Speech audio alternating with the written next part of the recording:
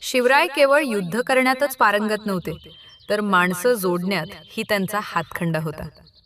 माणसाची जात धर्म पाहून नव्हे, तर त्याचे गुण पाहून ते माणसांना आपलेसे करून घेत.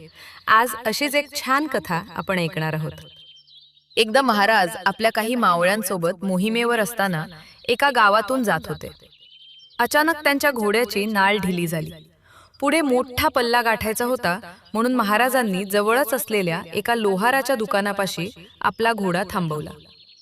महाराज साध्या वेशात होते, पण त्यांचे तेज लपण्यासारखे नव्हते. त्यामुळे लोहाराने महाराजांना ओळखलेच. लोहाराने आदराने महाराजांचे स्वागत केले. महाराजांनी त्याला घोड्याची नाळ ठोकण्यास सांगितले.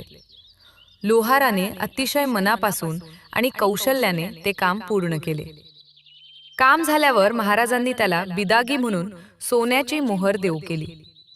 त्या लोहाराने ती सोन्याची मोहर नम्रपणे नाकारली.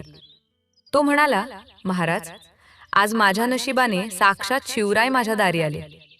तुमच्या घोड्याची सेवा करण्याची संधी मला मिळाली, हेच माझे मोठे भाग्य.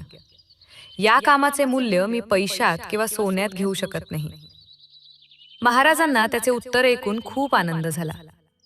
त्यांनी पाहिले की स्वराज्यातला एक सामान्य कामगारही किती स्वाभिमानी आणि निस्पृह आहे. महाराज मात्र काहीतरी दिल्याशिवाय जाणार नव्हतेच. त्यांनी लोहाराला विचारले, तुला काय हवे ते माग. लोहाराने काहीही मागितले नाही. शेवटी महाराजांनी त्याच्या कामावर खुश होऊन त्याला स्वराज्याच्या शस्त्रागारात काम करण्याची संधी दिली. असे होते माझे शिवराय, गुणीजनांची, कलाकाराची कदर करणारे. जय जिजाऊ, जय शिवराय.